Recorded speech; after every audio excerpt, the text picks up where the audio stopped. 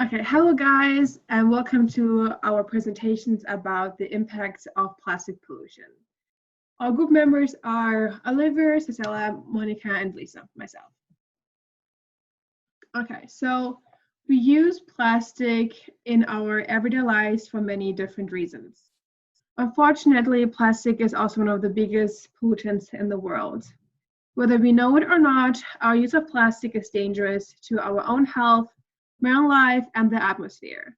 So we must find ways to decrease our use of plastic to better our planet. Also, many countries lack of government restrictions that control the dumping and recycling of plastic.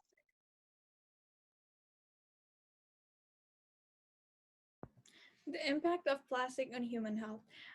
Plastics are everywhere today, and people are using it endlessly for their comfort without realizing how it can harm our human health. For example, by throwing away the plastic, it can end up on streets, lakes, or anywhere we get our water from. That means we will not have clean water to drink, and polluting plastics even affect the world's tiniest organisms, such as plankton. And when these organisms become poisoned, this causes problems for the larger animals. For the larger animals that depend on them for food, that means that we can see plastics on fish we eat every day. Plastics are made of using number of toxic chemicals.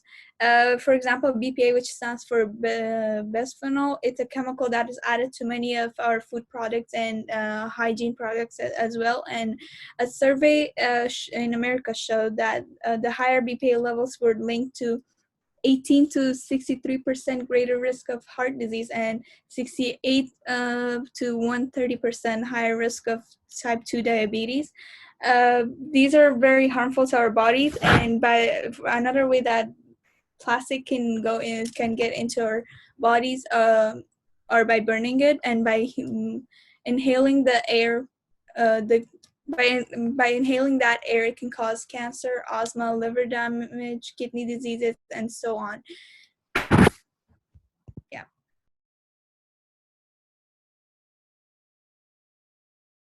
I'm going to talk about the effects of plastic on the marine life. Every year, more than 8 million tons of plastic end up in our oceans.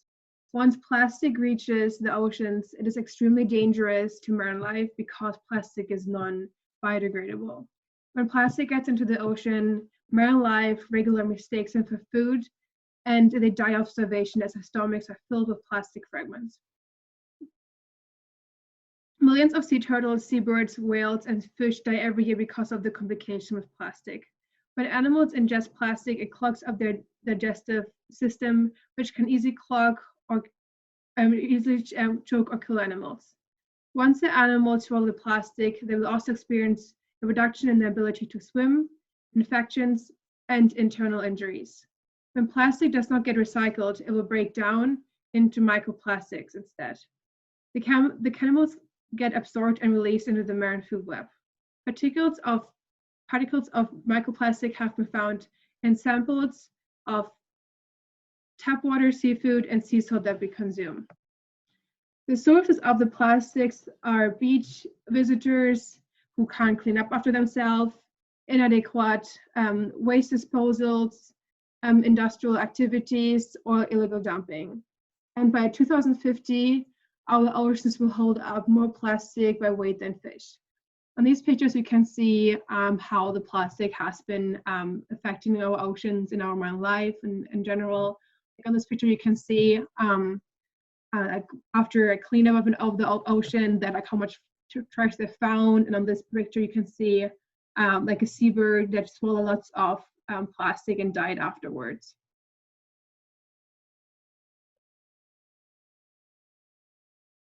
So the impacts of plastic on the atmosphere. So microplastics are entering the atmosphere and being carried vast distances to some of the remotest places on the planet. Microplastics are defined as particles of plastic less than 5 millimeter in size. Around 150 million tons of plastic litter has entered rivers and oceans worldwide. where it is then broken down into smaller and smaller pieces by waves and UV radiation. It is considered a quick and easy solution to reduce overflowing garbage. Though the waste is reduced in terms of volume, the method reportedly causes newly discovered problems deemed dangerous to health and the environment. Emil Budianto, the director of the University of Indonesia Environmental Science Department, said that plastic waste is known to contain carbon and hydrogen. When the plastic is set on fire, the mixture releases gas that is harmful to humans. A more environmentally friendly way of disposing waste is by stable burning at 1,000 degrees Celsius. It can be done by using the incineration method or a waste treatment process that involves the combustion or organic substances in waste materials. Hopefully, people begin to use less plastic and use reusable products. Next slide. So I'm gonna discuss some like alternatives to plastics. So the first one is to just kind of cut down on single-use things like plastic bags, straws, cutlery, and like water bottles, things that we like use a lot and we don't really know, like we just throw them away and then we don't use them again. Right now it's kind of hard to, especially with the plastic bags because of the coronavirus. A lot of grocery stores aren't allowing us to use our own reusable bags that they have wanted us to use for the past couple of years. So that's been a little bit difficult, but you can also find ways to reuse these plastic bags and these products that they give us by, like for example, like if you have a plastic bag, you can use it to put your food in and then wash it out again when you're done using it. So you use it more than once and you kind of get as many uses out of it as possible.